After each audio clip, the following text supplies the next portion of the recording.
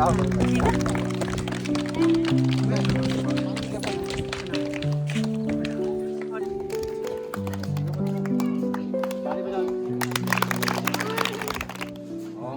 ओम महा ओम शुभम करोतु कल्याणम आरोग्यम सुख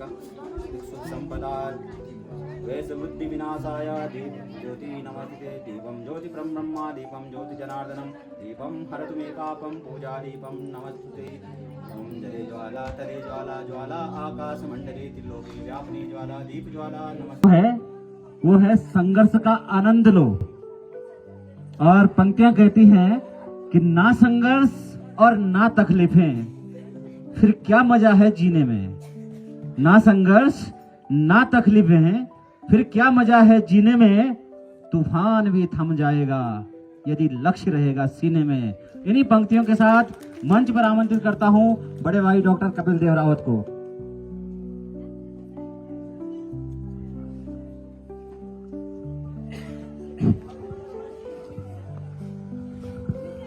धन्यवाद गुरुजी। सर्वप्रथम माँ भगवती को नमन करते हुए, जमदग्नि ऋषि महाराज को नमन करते हुए, राजराजेश्वरी माता को नमन करते हुए, राष्ट्रीय सेवा योजना इकाई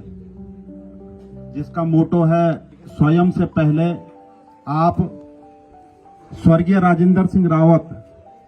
राजकीय महाविद्यालय टटाओ बड़कोट के द्वारा जो ग्राम सभा स्यालब में जो 7 दिवसीय एनएसएस शिविर का जो यहाँ पर आयोजन 7 दिनों से चल रहा है, तो आज छठे दिन के शुभ अवसर पर हम सब लोगों के बीच में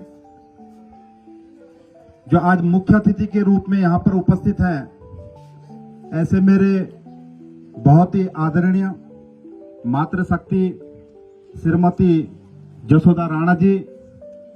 जो कि दो वरिष्ठ पदों पर, पहले नगर पालिका बड़कोट की अध्यक्षा रह चुकी हैं, उसके बाद आप तो इन सभी लोग इनको जानते हैं, उसके बाद पूरे उत्तरकाशी जिले की प्रथम व्यक्ति के तौर पर जिला पंचायत अध्यक्षा का इन्होंने पदभार ग्रहण किया था। तो ऐसी मातृशक्ति आज हमारे बीच में है, तो मैं आपका भी स्यालब गांव की तरफ से और अपनी तरफ से भी मैं आपका बहुत बहुत स्वागत करता हूं। इस 7 शिविर के शुभ अवसर पर हमारे बीच में इस कार्यक्रम को कई वर्षों से बहुत ही सुचारू रूप से जो चला रहे हैं, ऐसे मेरे बहुत ही आदरणीय मेरे मामी जी भी लगती है रिश्ते में, श्रीमती संगीता रावत जी, और ये अच्छे शिक्षक के साथ साथ, शिक्षिका के साथ साथ ये जिला पंचायत सदस्य भी रह चुकी हैं। तो ये देखो कितना एक अच्छा ये है कि बताओ आज शिक्षा के क्षेत्र में भी आप सब लोगों के बीच में है, और इससे पहले जब जिला पंचायत रही तब भी ये समाज के बीच में थे। तो ये भी एक बड़ा सौभाग्य का समय होता है। और हमारे बीच में मेरे बहुत ही आदरणीय, मेरे दुख सुख के साथी, और मुझे हर समय जब भी मैं सामाजिक कार्य करता हूं तो मैं गुरुजी के संपर्क में रहता हूं, और गुरुजी मुझे हर समय, देखो सामाजिक कार्य करने के लिए जब तक समाज के अंदर अच्छे लोग जब तक ऊर्जा नहीं देते हैं किसी भी रूप में, तब तक आदमी सामाजिक कार्य नहीं कर सकता है। ऐसे मेरे बहुत ही आदरणीय डॉक्टर दया प्रसाद गैरोला जी यहाँ पर उपस्थित, इस गांव के पूर्व प्रधान मेरे बहुत ही आदरणीय श्री भगवान सिंह पंवार जी, यहाँ पर मेरे बहुत ही आदरणीय श्री स्वरूप राम पंवार जी, मेरे साथ में जो कई सालों से मेरे साथ में कंधा से कंधा मिलाकर मेरे साथ चल रहे हैं, ऐसे मेरे छोटे भाई सतपाल चौहान जी, सुमित असवाल जी, और मेरे यहाँ पर बुजुर्ग शक्ति हैं श्री चतर सिंह पंवार जी, विजेंद्र सिंह रावत जी, और इस ग्राम सभा की समस्त मातृशक्ति, बुजुर्ग शक्ति और एनएसएस शिविर में आए हुए सभी मेरे प्यारे भाइयों और बहनों। देखो कैसा लगता है हम लोगों को एक ऐसा शिविर का हिस्सा बनकर, जिस शिविर से आप देख सकते हो कि मैं एक ही चीज अपने भाइयों से यहाँ पे पूछना चाहूंगा कि आज हमारे देश के अंदर चाहे राष्ट्रपति बने हो, चाहे प्रधानमंत्री बने हो, चाहे हमारे मुख्यमंत्री बने हो, तो आप लोग बताओ जरा, कोई ऐसा बता सकता है कि ये पेट से बन के आए क्या? बताओ जरा, ये कैसे बने होंगे? तो ये ऐसे बने हैं कि जैसा हम कर्म करेंगे इंसान वैसे बनता चले जाता है। तो आज आप देख सकते हो कि समाज के अंदर सब लोग एक ही जैसे पैदा होते हैं, लेकिन यहाँ पर कोई अच्छे काम करता है तो वो मरने के बाद भी उसका नाम रोशन हो जाता है, और कोई इस पृथ्वी में आकर केवल दूसरों को ही देखते रहता है। उसके बाद देखो, समय एक ऐसी चीज है कि भाई हम पैदा हुए हैं तो जिसने जीवन में जिसने जीवन लिया है उसको मृत्यु भी उसकी निश्चित है। तो आप सब लोगों से मेरा निवेदन है कि आज आप देख सकते हो कि ये जो शिविर है आज इस गांव में लगा है, कल दूसरे गांव, पहले वाले साल दूसरे गांव में लगा था, और मैं भी एक समय 2017 में गुरुजी, मैं 2017 का उस टाइम मुझे सम्मान भी दिया था, बगासू में था उस टाइम। तो मतलब मैं बगासू में गया था। आप उस कार्यक्रम को भी आप मेरा देख सकते हो, मेरे यूट्यूब चैनल में भी हो, कपिल देव रावत। तो उस कार्यक्रम तब से भी मैं, मतलब मुझे भी एक वो रहता है कि मैं एक युवा हूं और युवाओं के बीच में जाऊं। देखो मेरा आप सब लोगों से एक ही निवेदन है कि हर जगह ये नहीं सोचना चाहिए कि हम स्कूल में जा रहे हैं, या ये नहीं सोचना चाहिए कि हम क्रिकेट खेल रहे हैं। आप कहीं पर भी रहो,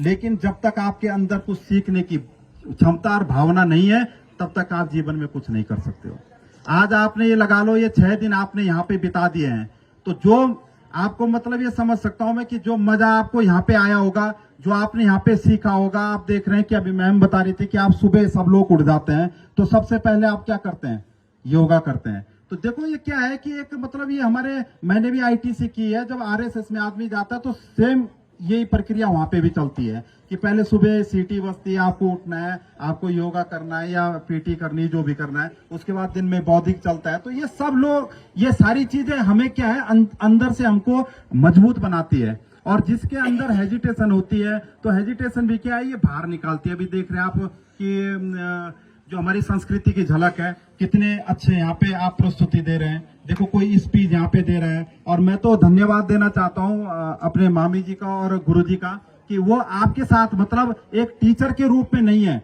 बल्कि वो आपके साथ एक फ्रेंड के रूप में आपको यहाँ पे अपना समय दे रहे हैं। और वो इसलिए समय दे रहे हैं कि देखो अभी उन्होंने पुरानी यादें भी यहाँ पे ताजी की कि आप ही लोगों के बीच से कल देखो डॉक्टर भी बनेगा, आप लोगों के बीच से कल थाना अध्यक्ष भी बनेगा, आप लोगों के बीच से कल आर्मी में भी जाएगा। तो क्या है कि जितने लोग आप आज इस कैंप में हैं, शायद हो सकता है कि कल सब लोग इकट्ठे नहीं हो सकते हैं, लेकिन आदमी की यादें रहती हैं। अभी एक ग्रुप में आपने डांस देखा था, तो मैं जब सुमन ग्रामर स्कूल में पढ़ता था, तो मैं भी, मतलब पहले से ही मेरी एक ललक रही कि चाहे सांस्कृतिक प्रोग्राम हो, चाहे स्पोर्ट्स का गेम हो, मैं हर जगह आगे रहता था। तो जब आदमी हर जगह आगे रहता है, तो हर चीज से आदमी को कुछ ना कुछ सीखने को मिलता है। आपने देखा होगा कि चाहे मेडिकल का फील्ड हो, चाहे हमारे इंजीनियरिंग का फील्ड हो, तो मैं तो ये बोलता हूं कि हर फील्ड में हर आदमी डॉक्टर है। क्योंकि राजनीति के फील्ड में मैं इस बार भी मैंने बहुत कुछ सीखा है कि जब आदमी, जिस आदमी को ये सोचता है कि ये आदमी सबसे निकम्मा आदमी है, ये कुछ नहीं कर सकता है, पर लेकिन जो काम उस निकम्मे आदमी को, जिसको हम बोलते थे, उसने करके दिखाया, तो वो शायद एक डॉक्टर इंजीनियर भी नहीं कर सकता है। तो इस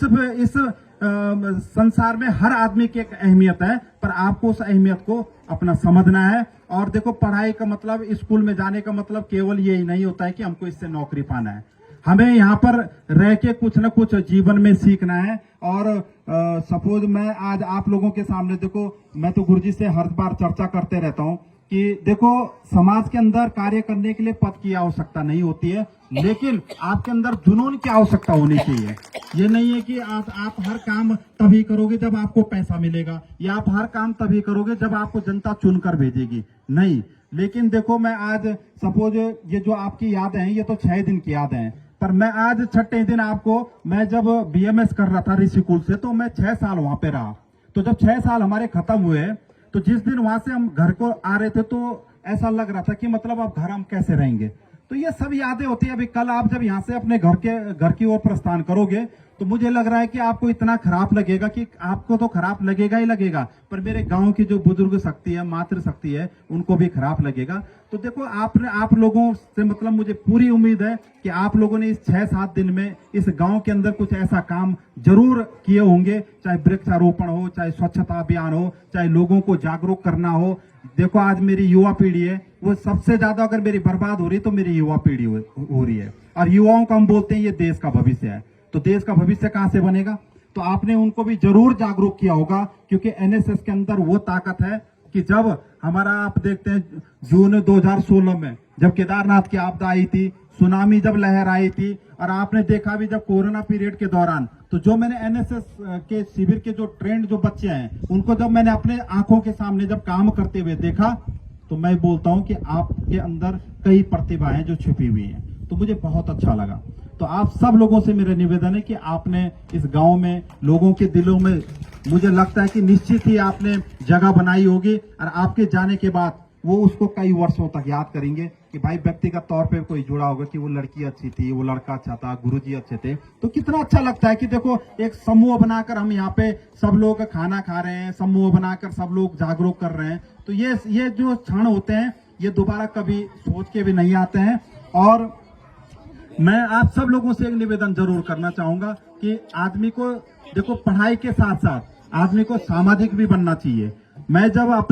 मेरी जब पहली पोस्टिंग हुई थी तो मेरी पीरू मदारा नैनीताल में हुई थी। तो जब मेरी पहली पोस्टिंग हुई थी तो मैं उसके बाद जब मैं समाज के बीच में आया, तो समाज के बीच में जब आदमी आता तो कुछ न कुछ सीखता है। तो गुरुजी इसमें उस समय जब मैं बड़कोट में आया नया, तो मैं जब समाज के बीच में गया तो आदमी की ललक होनी चाहिए। तो आज तक क्या हुआ था कि जब 2011 में हमारा जो सेंटर ओबीसी है, तो ये जब हमारा सेंटर ओबीसी हुआ था तो इसमें प्रयास कई लोगों ने किया, लेकिन मैं ये नहीं बोल रहा हूँ कि वो मैंने करवाया, लेकिन मैंने उस सेंटर ओबीसी के अंदर एक त्रुटि जब मैंने उसका डीपली अध्ययन किया तो उसमें क्या हो रहा था कि कई सालों से जब बच्चे यहाँ से सेंटर का फॉर्म, हमारे पहाड़ के बच्चे ज्यादा भरते हैं क्योंकि मिलिट्री फौज में सबको जाना होता है ज्यादातर। तो जब बच्चे वहां का जब फॉर्म भरते थे तो NCBC, Guruji national council of backward classes, Delhi में एक परिषद है। तो हमारा मामला जब हम यहाँ से ओबीसी फिलअप करते थे तो जब दिल्ली में वो परिषद में जब वो मामला जाता था तो हम उत्तराखंड के शो नहीं करते थे, हम यूपी के शो करते थे। तो मैंने उसके लिए व्यक्तिगत तौर पर 13 महीने जब प्रयास किया, तो आज आप देख सकते हो कि उसका विधिवत जब उसका जियो शासनादेश जारी हुआ तो आज आप देख रहे हो कि हर गांव से लगभग ये है कि 2 से 4 बच्चे सेंटर की नौकरियों में निकल रहे हैं। तो इस प्रकार के जो कार्य हैं, देखो आप लोगों को भी जागरूक होना चाहिए, और जब जागरूक होंगे तो निश्चित है कि समाज को भी उस चीज से फायदा होता है। तो इन्हीं आशा और विश्वास के साथ मैं गुरुजी से और मामी जी से निवेदन करूंगा, मेरे लायक जो भी कुछ होगा, मैं तो रोज गुरुजी के साथ ही हूँ, और जो गुरुजी का आदेश मेरे लिए होता है मैं चाहता हूँ कि उसको मैं पूरा करूँ। इन्हीं आशा और विश्वास के साथ मेरा भी सौभाग्य है कि आज मैं आपके बीच में आया। तो यहाँ पे ये जो एनएसएस शिविर चल रहा है, तो ये मेरे जो भाई बहन है, कोई भाटिया से होगा, कोई गोरना से होगा, तो मतलब कितना अच्छा लगता है कि हम सब लोग आज एक मंच पे मिले, और आने वाले समय में भी हम सब लोग इस रवाई वैली को एक अच्छी रवाई वैली इसको बनाएंगे। इसी आशा और विश्वास के साथ पुनः आप सब लोगों का मैं अपने हृदय से बहुत बहुत आभार व्यक्त करता हूं, धन्यवाद व्यक्त करता हूं, और विशेषकर अपने मामी जी और गुरुजी का मैं धन्यवाद व्यक्त करना चाहूंगा कि देखो मतलब एक संस्कृति की झलक भी आप देख सकते हो कि ये हमारी संस्कृति नहीं है जो मामी जी ने आज पहन रखा है, लेकिन इस संस्कृतियों में इतनी ताकत है कि ये डांठुलो अगर पहन रखा है तो आप बोल सकते हो कि जौनसार के हैं, ये मतलब जौनपुर के हैं। तो जो हमारी अपनी रवाई की संस्कृति है तो उसको भी हमने जीवित रखना है, क्योंकि जब हमारी संस्कृति जीवित रहेगी उसी से ही हमारी पहचान है। तो इन्हीं आशा और विश्वास के साथ आप सभी लोगों का मैं हृदय से बहुत बहुत आभार व्यक्त करता हूँ, धन्यवाद करता हूँ। जय हिंद, जय भारत, जय उत्तराखंड।